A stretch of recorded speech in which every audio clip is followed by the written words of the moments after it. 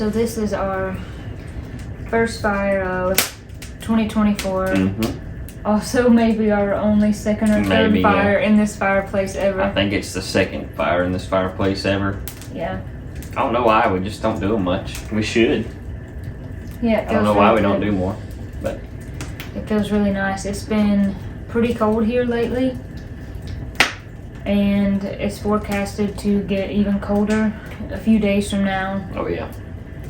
So yeah, they're calling next week, I think, everyday lows and at least the teens, some in the single digits, which for us southern folks is pretty cold. Yeah. I can recall once or twice in my life where it got to about 0 Fahrenheit. Yeah. That's very rare. It's very rare for it to even get single digits, especially.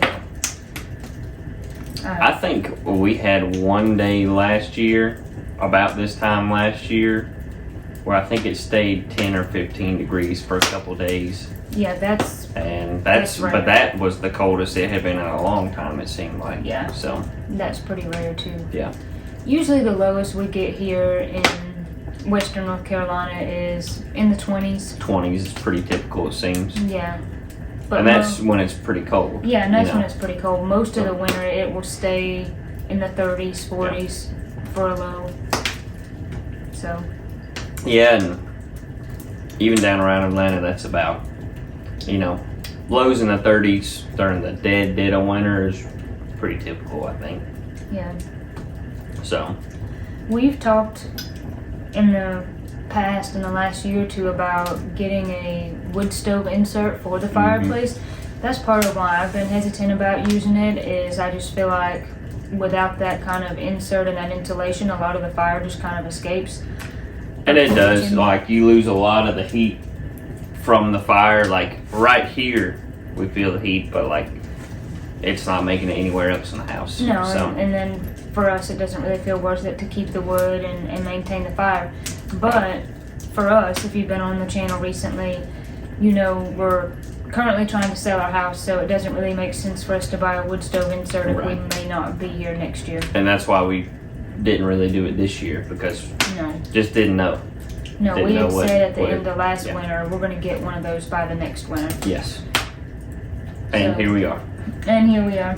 But you don't know what you don't know, though. No. So.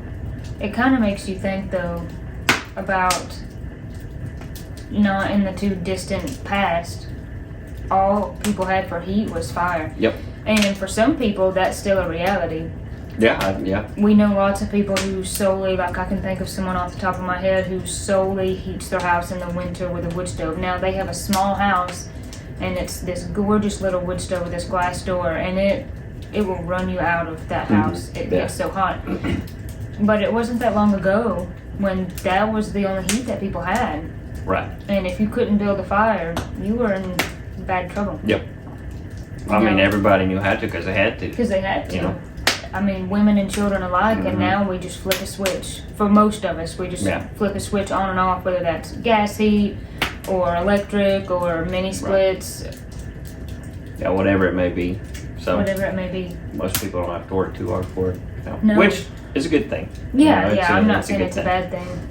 So. But there's something special about doing things like making a fire. Oh, I love making a fire. Yeah. I do.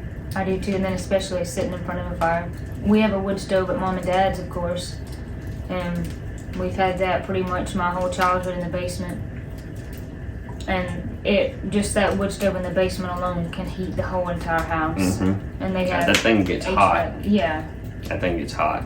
It sure does. But it's a good thing to have, though. The reason I wanted it for here is, for whatever reason, we are very prone to power outages in cold weather, and in the event that the power did go out, we ain't got heat. No.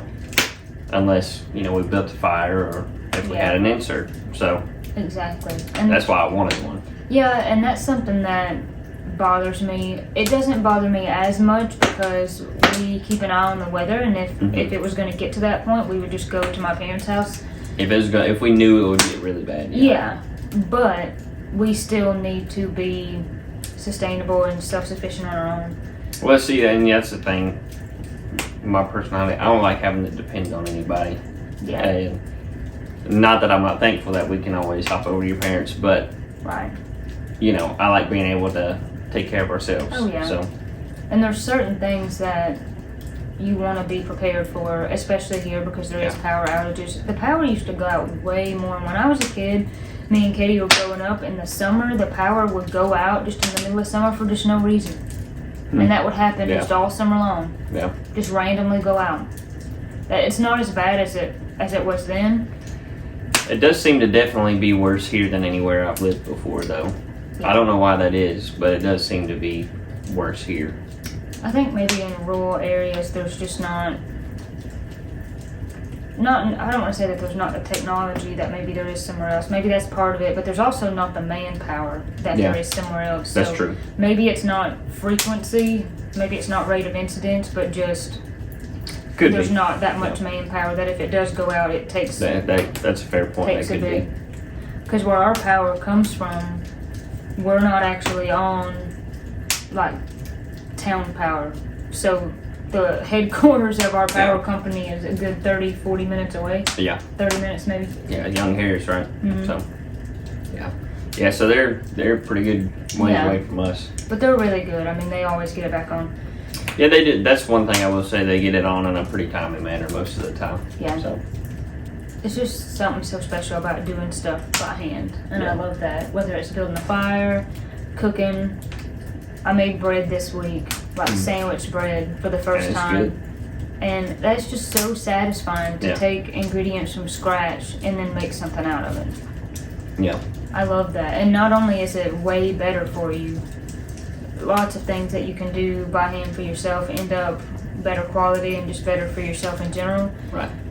But that's something I think we've just got away from. Because people don't have to do it anymore. We're just in kind of a convenient throwaway society. And there's things about that. I love my washing machine and my dryer and my running water and, my indoor plumbing and everything. I wouldn't want to go without think about that. how long some things would take, without Yeah. some modern conveniences, I mean. It'd be crazy. I was thinking today, since we've been home all day, because this is a weekend when we're filming this, and we've just done laundry back to back all day, catching up, and I stopped for a while and leaned against the washer and thought, what if I was doing this by hand? How long this would take? It'd take forever. It'd be crazy. I'll tell you one thing, I wouldn't wear as many clothes if that was the case. And that's the thing, is when you have to do more for yourself, you're way more sparing with your resources, with your time. Yeah. Things like that. Absolutely. It's, you take a lot of things for granted. Mm-hmm. Then when you don't have them, you really notice it. Absolutely. So. I don't know, I think a lot about those things sometimes. Yeah. Go to somebody. And it would have been, oh my gosh, way harder if I just think about what it would be like to live in the Appalachian Mountains in the 1800s. How difficult that would be, because every single move you made affected your survival. And if you did not do it the right way, your chances of survival were very slim. It'd be tough. But then there's things about that too that I think it would be so hard, but wouldn't there be an aspect of that lifestyle that was just so peaceful? And you wouldn't be plugged in to technology, and you wouldn't be, I don't know, in the rat race. But then again, you wouldn't have access to good health care and dentistry and running water and all these things. Yeah, there's always, I think people, myself included, tend to think that way sometimes, like, oh man, wouldn't it be nice? And in a lot of ways, yes, it would be.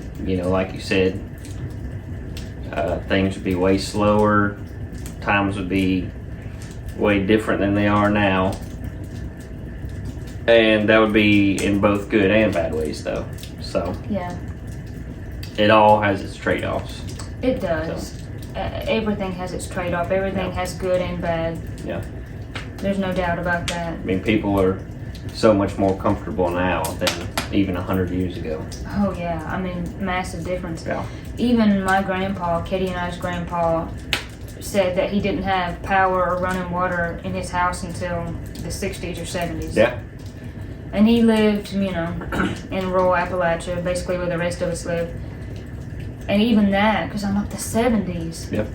My mom was born in 1970. That doesn't seem like that long ago to me at all. When I think Right. about a long time ago, I'm thinking about like 1800s, not Yeah. 1970. And it's hard to believe that even here in 1970 there was people who didn't have power.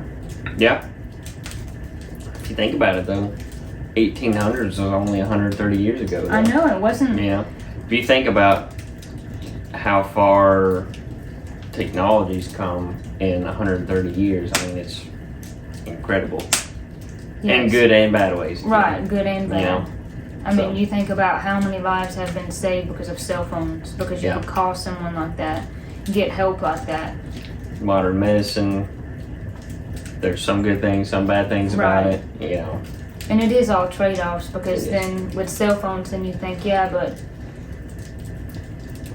how many people have, I don't know, wrecked their mental health by being on social Yeah, oh, media yeah, too much? yeah. I don't know. I think it's got its downfalls as well. Yeah. Social media specifically. But then if it wasn't for that, we wouldn't be here. There'd be no YouTube. There would be no and, YouTube, and we so wouldn't be wouldn't sitting here talking yeah. to you. So if you've So- made it this far through the video, give it a like, consider subscribing. I said you're here. Yeah. Yeah, Yeah, it's weird to think about that kind of stuff, but it is. It kind of bends your mind in a way. yeah. But I think it's worth thinking about to be grateful. And be Oh, yeah. grateful every time you turn on the tap and there's water. Yep. And to not only be grateful, because I think everyone is born in the time they're born in for a reason. I mean, I think God has a time and a purpose for everyone. But there's people, even within your own county, within our own county, within your own county, from wherever you're watching from. I mean, whether that's in the USA or somewhere else, there's still people who don't have running water, Oh, yeah. power. Yeah. There's still people living in poverty. It's not like that's gone or anything like that. No. And I wasn't trying to say that, but it's something to be grateful for when you can have a clean bed and a hot Yeah. shower and a safe home. It's, Yeah.